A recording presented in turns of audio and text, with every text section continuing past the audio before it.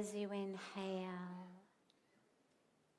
on the in-breath, just allow yourself very gently to chant silently to yourself. So, as you inhale, so, on the in-breath,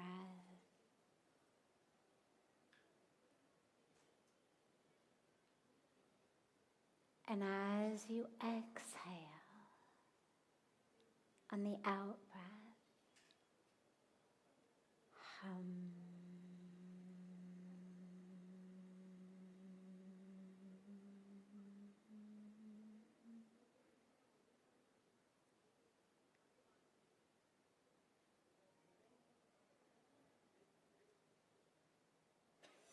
So,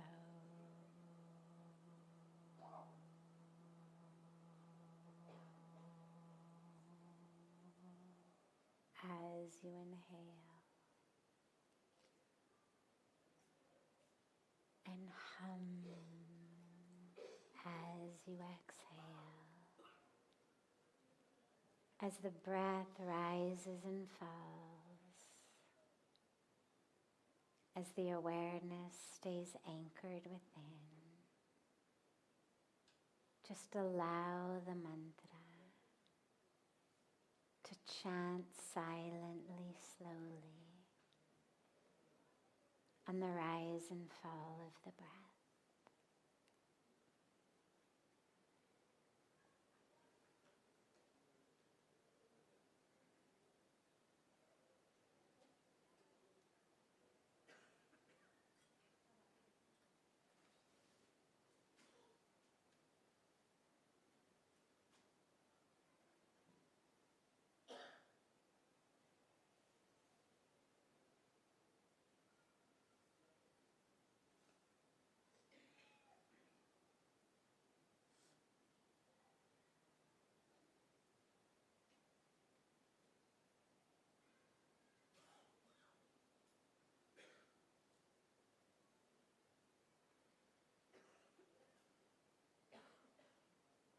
Slowly and gently, bring the palms of your hands together at chest level in Namaste. And gently rub the palms of your hands against each other.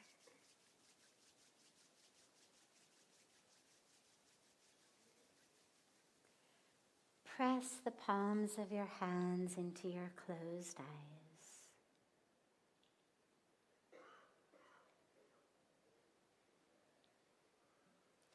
And slowly lower the hands and open the eyes. Welcome to Satsang. It's so beautiful to be gathered together. Those of you used to coming to Satsang every night will know I've been out for the last month plus. It's so beautiful to be back, gathered in this sacred space. For those of you for whom it's your first time, the word Satsang literally means in the presence of truth, in the association of truth. It's not a class, it's not a lecture. I don't come in with a pre-planned topic. It's not about me teaching you. It's about us together, diving into truth.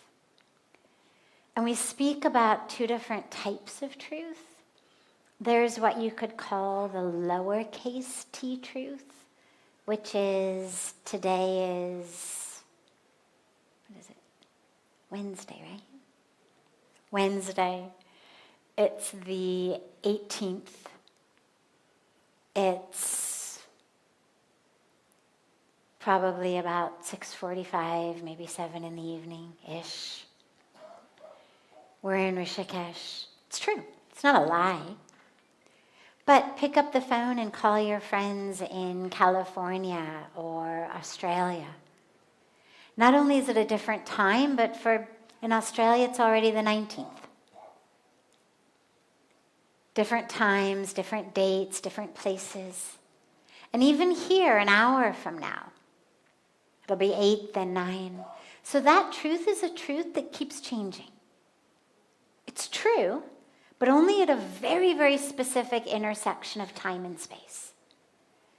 The truth that satsang speaks of is the capital T truth. That truth of who we are. So this is a place in which we come together to dive into that truth through the questions that keep us from living in that truth. And we have a beautiful online family that join us every night through this gift of technology. And in honor to the fact that they're not able to be here with us physically, we always start with one question that comes from them, and then we open it up to any questions that anyone here has.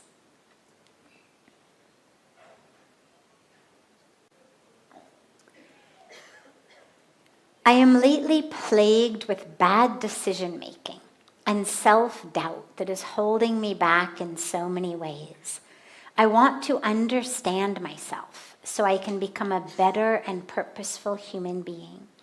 How to deal with confusion when you're no longer motivated by the things that you once did, but you don't know how to move forward, especially when there is a loss of a frame of reference, such as a job.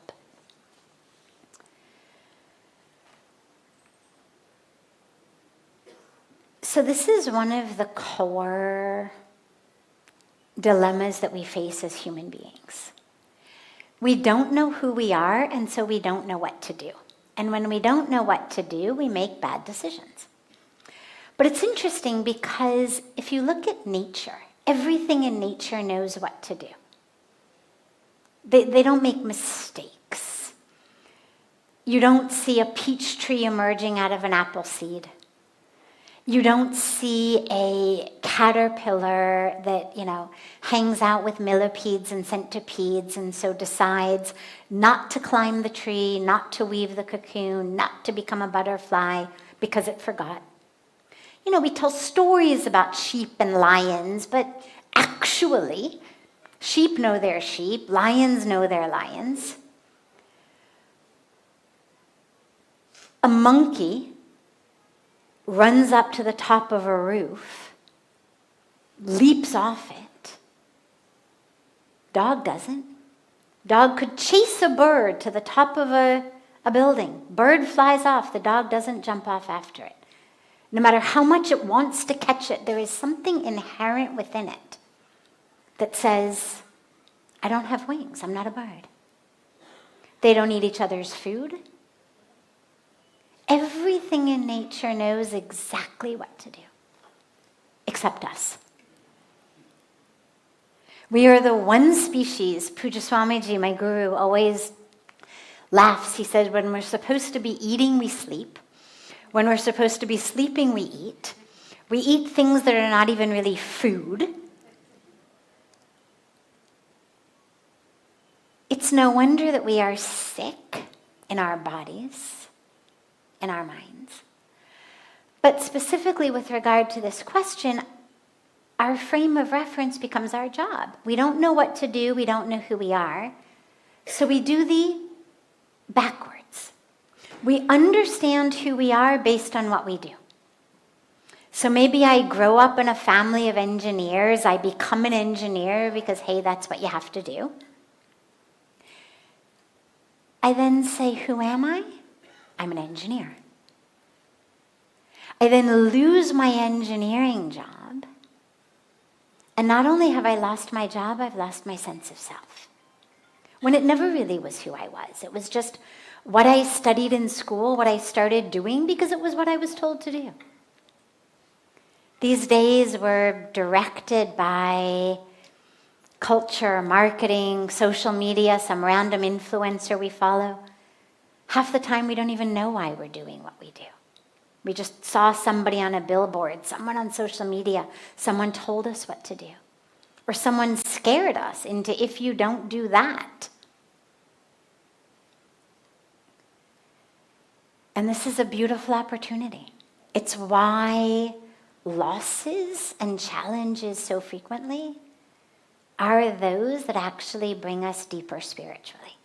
It shouldn't have to be like that. We should be just as spiritually connected in times of bounty as we are in times of trouble. But so frequently it's those times of trouble that turn us inward. And it gives us an opportunity to say, okay, wait. I've lost a job. I haven't lost myself. I haven't lost the reason I was born. I haven't lost my dharma.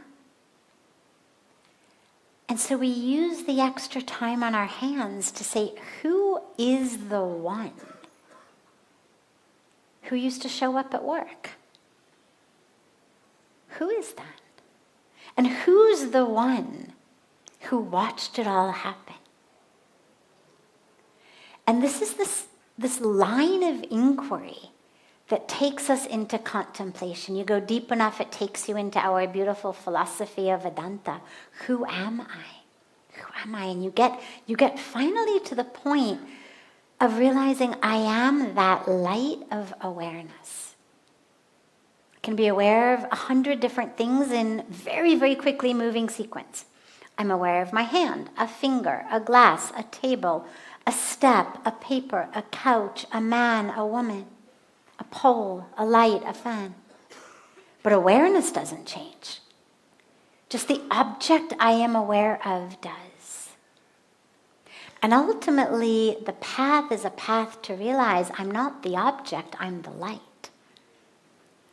And so we come back to who we are. So use this time. You'll get another job, don't worry.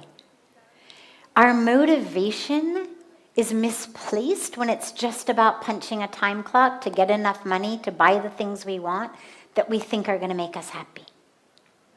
Use this time to reevaluate, who am I? On a deep spiritual level, as consciousness, as divinity, but also in this human package, in this karmic journey, like, hey, I've come into this world with my unique set of circumstances, of situations, of challenges, of strengths. What am I here for? Because you never know how much time we have left. And one of the greatest tragedies is not only dying young, but dying at any age without actually having lived. So let these moments be moments that remind us, what am I actually here for? So use the time. Yes? Okay, man pe control nahi. I was just going to say we have a microphone here for any other questions, but no problem, Bina mic, perfect. Okay. How do we get control? How do we get control of our mind? Let me ask you something. If I say to you, Mujhe isi bucket ko uthana hai. I want to pick up this whole stage, like the whole thing they've constructed this stage out of. I want to pick it up, but I can't. I'm not strong enough. What should I do? Well, you'd probably say, go to the gym. Lift weights. Start small. Eventually you'll get there. I want to lift 100 pounds. How do I do it? It's not a magic wand. It's not a magic pill. You go to the gym. You start with 5 pounds. Then it's 10 pounds. Then it's 20 pounds. And slowly, slowly, slowly you find, oh, if not 100 pounds, but 75 pounds, 80 pounds I can lift. But if you don't go to the gym and you don't lift those weights every day, It's not a matter that you're just miraculously going to wake up one day and be able to bench press a couple of 100 pounds. We understand that. If you say, I want to run a marathon, right? Better put on your running shoes and get out there and start running. I want to play the piano. All right. Sit down, get a teacher, practice. We begin with, twinkle, twinkle, little star. And eventually, a year later, 5 years later, you can play something beautiful. 20 years later, you can play something even more beautiful. But the mind, it's so interesting because this is the universal complaint. Can't control my mind, can't control my mind. I have desires, fears, anxieties, negativity, judgment, or just the monkey mind. But we somehow expect that we're just going to wave a magic wand and I'm going to be able to do it. There's a reason that thousands of years ago, long before we had devices beeping and blinking and buzzing and distracting us every second, that our sages were already talking about the monkey mind. It's not our phone's fault. The phone has made it much worse, but it has just capitalized on a pre-existing weakness. The nature of the mind is to be a monkey. It's why the scriptures talk about the monkey mind. It's why the yogic philosophies and practices are given to us to quiet that. But we have to practice. The science of yoga, the science of meditation, of japa, of working with the mind, is going to the gym for the mind. That's what it's for. And so, on a neurobiochemical level, the brain is not a muscle. But it functions like that. What we train it to do, it does. So you want to control the mind? First of all, make friends with it. Because I'll tell you a little secret. When we say, today is the day I'm going to annihilate my ego, guess who's listening? Guess who's in there listening? The ego. When we say, I'm going to control my mind, who's listening? The monkey mind. And then it starts to get very cunning and very clever and wear all sorts of disguises, and then the ego starts to dress itself up like the divine inner voice within you. Instead of that, make friends with it. It's a tool. Your arms are tools. Okay, they're weak, fine, work them out. But they're not your enemies just because they can't lift up the suitcase. The mind isn't an enemy. It's a tool. It's been trained for years and years and years to think in certain ways, typically negatively, typically with judgment, typically with rush, even just the simple practice of be right here now. One of the things that I love that happens in satsang is we'll be sitting in a beautiful moment and somebody will sneeze, for example. And 100, 200 heads go. Or somebody will open up a purse to get a cough drop, or whatever it may be, and the zipper goes, and everybody goes, like we've never heard somebody sneeze. Like we've never heard a zipper. It's the nature of the mind. It is so distractible. We close our eyes for 5 minutes. We're all over the place. We sit a few minutes. We're all over the place. What's next? What's for dinner? Where am I going to go? What's for breakfast? It's the nature of the mind. Don't hate it. Don't fight it. But don't hand it the keys to your car. This is why we have buddhi, our intellect. It's why we have shuddhi, the purity of the intellect. It's why we do our spiritual practices, because if we cannot control the mind, we have no way to control the car of our lives. So start working with it. Don't blame it. It's been indoctrinated like that. We live in a culture that does that to our minds. And of course, these devices have just made it worse. The average attention span, when social media first came, it was give a video of 10 minutes, 12 minutes, 15 minutes.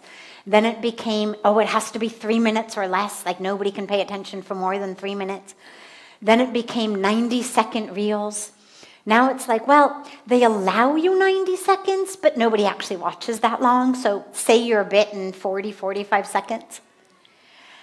Our attention spans are plummeting. And sadly, we are all becoming complicit in that. So we're saying, okay, no problem. I'll talk really, really, really fast so that I can get it to you in 45 seconds before you get distracted. But that's not actually helpful. Because everything in life that matters,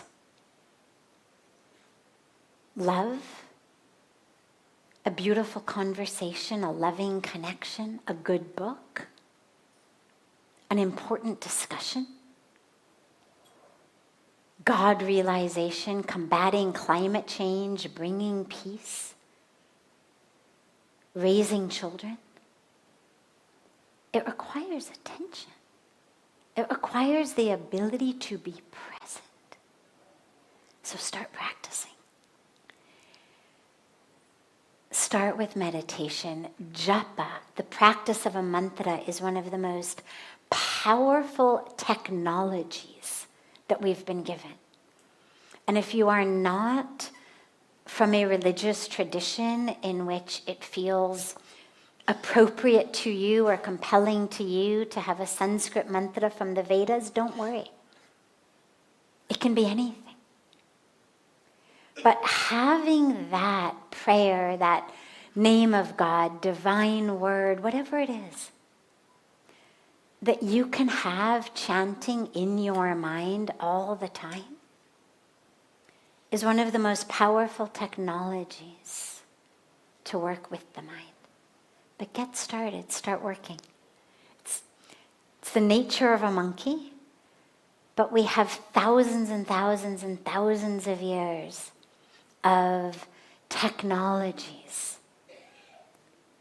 to teach us and to show us how to control that. It's like the Olympics are on. If you want to be inspired to do something with your body, turn on the TV, watch what these guys can do with their bodies. Right? Every time we say, I can't, it's impossible. Not impossible. We just haven't worked our bodies like that. And that's okay. But it reminds us it's possible.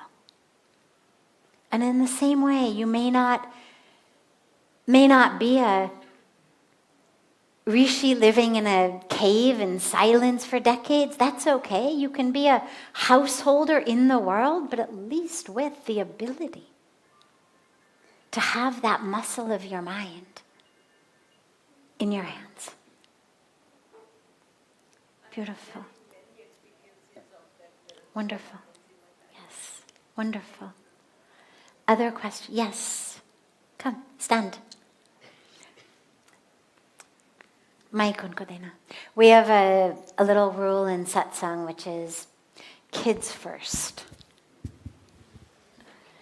Would the absence of death have a positive or negative impact on the life that remained? Would the absence of death have a positive or negative impact on the life that remained? Anybody worried about the future of life on earth just needs to come listen to the kids who show up in satsang. Nothing to worry about. The depth that comes out of their mouths. Thank you. Okay, well, it's a very interesting question. Purely theoretical, of course. I think in general, from what we know from psychology, scarcity breeds value. It's why if I want to sell you something, I'm going to say 1 day only sale. Get it now or it's over. Or I'm going to tell you I've only got one left. Right? This is how people sell things. 24-hour sale, 5 left. You go on Google Flights to buy a ticket. It'll say 1 left at this price. Scarcity breeds value. And so I think, hypothetically and theoretically, of course, that if death were out of the picture, I think we might be inclined to get somewhat more complacent about how we live our lives. One of the most powerful spiritual practices is to live every day like it is your last. It's one of the reasons why people who have been given awful diagnoses, whether they recover or they don't, I've seen it in both cases, why even when they don't recover and that awful diagnosis ends up taking their life, why so frequently they're actually grateful for it. Because in those remaining days, weeks, months, years, they find that they actually live more and deeper and better than they had in all of their years before it. If they actually survive the bad diagnosis, we look back on it as a life-transforming experience. So I think in that way, I think it's very good. On a purely physical level, of course, then it raises the question, well, if there were no death, do we live forever in our bodies young and strong and healthy, or do we live forever in our bodies at 93, 94, 95, and they just don't actually die? That would be, I think, decisively unpleasant, whereas living in a young, healthy body forever would be much more pleasant. But I think the idea that we have a limited amount of time gives a very beautiful aspect to it, because it makes it much more precious. And of course, as we believe in reincarnation, the universe is infinitely patient. So you wasted a lot of time in this life. Don't worry. You'll come back. Can do it again. Didn't quite get all of the lessons this time around. It's all right. Can come back. Do it again. But it's a very interesting thing to think about. But, I have perfect faith in the divine, and I feel like if the nature of nature is that which is created has to perish, I'm good with that. Beautiful. But the last important piece of that, though, of course, to remember is the truth of who we are doesn't die. And so with death out of the picture, well, death is out of the picture for that consciousness, for that soul, for that divinity, for that truth of who you are. So it's this beautiful dichotomy in a way between the body that we lose, but that truth of who we are that actually stays. Thank you.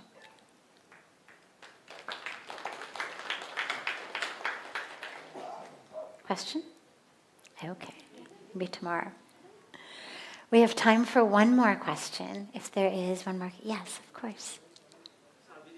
Pranam. So my question is, just unko mic dena bhaiya. So hello, Sadhviji Pranam. My question is, in today's world, almost every time success is measured by, the impact you create, the legacy you leave behind. So from a spiritual perspective, how do you think about legacy? And do you think others who are living normal lives, how should they think about legacy, and does it have any real significance?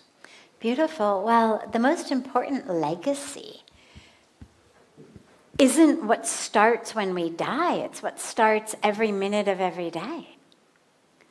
Legacy isn't just a bank account that I leave for my heirs or a house that I bequeath that they get some money from. But my legacy is, how do I impact those in the world today? Those I'm directly interacting with? And how do I impact the planet?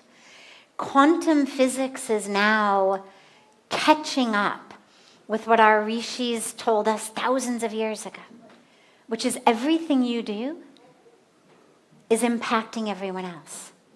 Today they call it quantum entanglement, string theory. But this is what the rishis said thousands of years ago. Everything we do is rippling out into the world. We see it with climate change. We see it with poverty. We see it with violence and discrimination. We see it with pollution. Everything that I do, what I eat, what I wear, what I buy, the trash that I throw where I throw it, the words I speak, the gossip I share or don't share, it's all having a ripple impact in the world. So legacy is that which I think we need to start thinking about in terms of this minute. What is my impact right here, right now? And as is my impact right now, well, so it will be when I die. It's like that beautiful quotation of, nobody's going to remember what you actually said or did, but they're going to remember how you made them feel. That's the legacy. One of the mistakes that parents make is forsaking their time with their family in order to make the money that they can then give to their family. And one of the truisms that we know across the world is that actually what families always want is time together. And you hear kids all over the world say, I just wish Dad or Mom would spend more time, like I would give up all of my toys if they would just spend more time. So what is it that makes us think that those same people who wanted our time, not our money when they were young, are suddenly when we die going to just want the money? The legacy that we leave is how did we make them feel when we were alive and we were with them? Because I'll tell you one thing. No amount of money, no big of a mansion or cars or business or whatever you leave anybody is going to fill a hole in them left by the absence of presence, love, care, attention, connection while you were alive. So instead of trying to build the chest of what we're going to leave them when we're gone, focus on what we can give them here. And the legacy will start to take care of itself. But it's a beautiful way of thinking about success, because it's what I was saying in the Arti, that it's not what for me. Because most of us think of success as, what am I accumulating? What am I acquiring? But to think about it as what through me. But, another aspect of that is there was a beautiful, beautiful saint who some of you actually knew very well, who used to live just across the river from us here in Rishikesh, named Swami Dayanandji Maharaj. Brilliant, amazing, divine, beautiful being. And he used to say, the only definition of success that means anything has nothing to do with how much money you make, nothing to do with how big of anything you build. But the only definition of success that matters is how you respond to the inevitable times. Inevitable. Even you're spiritual, even you're good, even you're amazing. It's inevitable. It's the nature of nature. The inevitable times that the universe does not behave the way you think it should. When things don't go the way you want, which they inevitably won't, how do you respond? Internally and then externally. And if we make that our definition of success, which is a very interesting one, it turns the entire model of success from external accumulation to internal awareness. How am I going to permit someone else's choice of words, of actions, of clothing, of whatever they're going to do or say? How am I going to permit that to unseat me from my anchoring, my grounding, my truth, my compassion, my love, my peace? When they don't do what I want, do I react? Do I lose myself? Or do I stay? How do I respond? And when that becomes the definition, then we move through the world. Sure, have a big business, accumulate, nothing wrong. I mean, there's nothing in spirituality that says thou shalt be dirt poor. Thou shalt not be successful. Nothing says that. But what it says is that our focus and our attention is not on the accumulation and acquisition, even if it's then to just leave it behind. But it's on the inner work, and then the rest falls into place with whatever our dharma is, our karmic package is. So as you think about legacy, think about in this very moment, what is the ripple impact that I'm having on this planet? Every minute, every moment, every choice, what I say, what I think, how I act, how I live, how I work. How does that ripple? Not just into my company, my employees, or my family, but everybody down the line, the providers, the suppliers, the full package. But always keep coming back also to that beautiful definition that Swami Dayananji Maharaj gave us, because honestly, one of the best legacies you can leave is spiritual kids. That's what our world needs. And so if your definition of success is that one, then that's how you're going to raise your kids. And then we're going to end up with more and more youth who are not reactive, not looking out only for themselves, not divisive, not materialistic. And then your legacy to the world is even bigger, much, much bigger than what you're directly leaving. Great. Have a beautiful, beautiful rest of your evening, everyone. A beautiful morning and day to our family joining us from all over the world online. And so much love to all of you.